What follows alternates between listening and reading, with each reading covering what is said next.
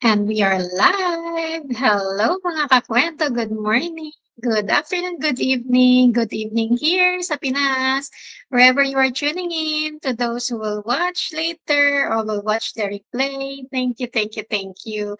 So welcome back to another episode of Kape at Kwento, Kwentong Pagbabago, where we keep it real about life, growth, change, and growth, one coffee at a time. Ako po si Lori, a former OFW, a mom of two, the face behind Life with Lair business page, and now a proud digital business owner. So today it's just me, my coffee, and some real talk about something many of us can relate to, especially those with big hearts.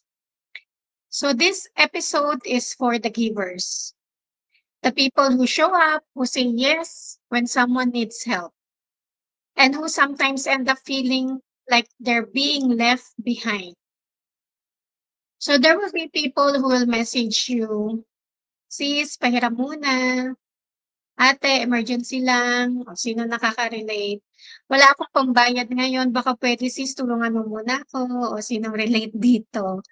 And because we have a compassionate heart, and you know how it feels to struggle, right? So you send the money, you lend without hesitation, you even give without expecting na may babalik agad. And yes, they do pay you back after months or years, but after that, they vanish. No kamusta, walang kamusta, no check-in, no friendship left.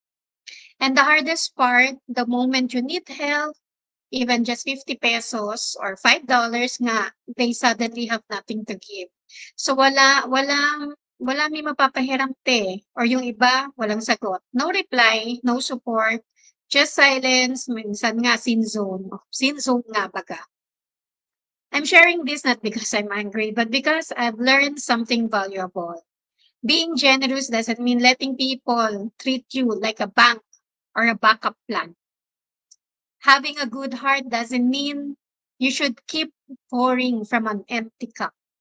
So there's a fine line between compassion and being taken for granted.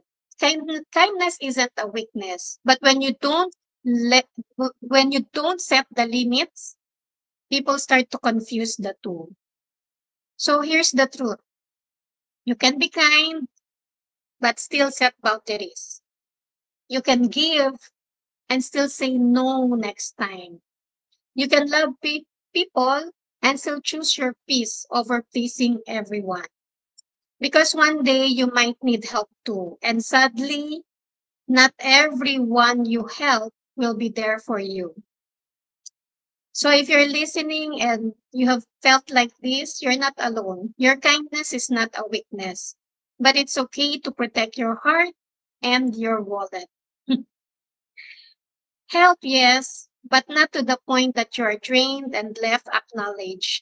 Hindi lang ikaw yung dapat nagbibigay, karapat-dapat ka ring tumanggap. So you deserve to be checked on. You deserve respect.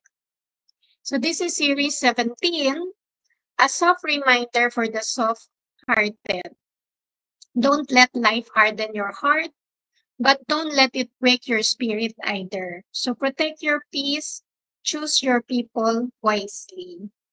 So thank you for spending your time with me again tonight, mga kakwento. Let's continue to open our hearts to new possibilities, open our minds to new ways of earning, and open our lives to true freedom. So see you again on my next live for another episode of Kape at Kwento, Kwentong Pagbabago. Bring your coffee, bring your dreams, and let's talk change. Let's continue to earn smart and live free and grow into the person God created us to be.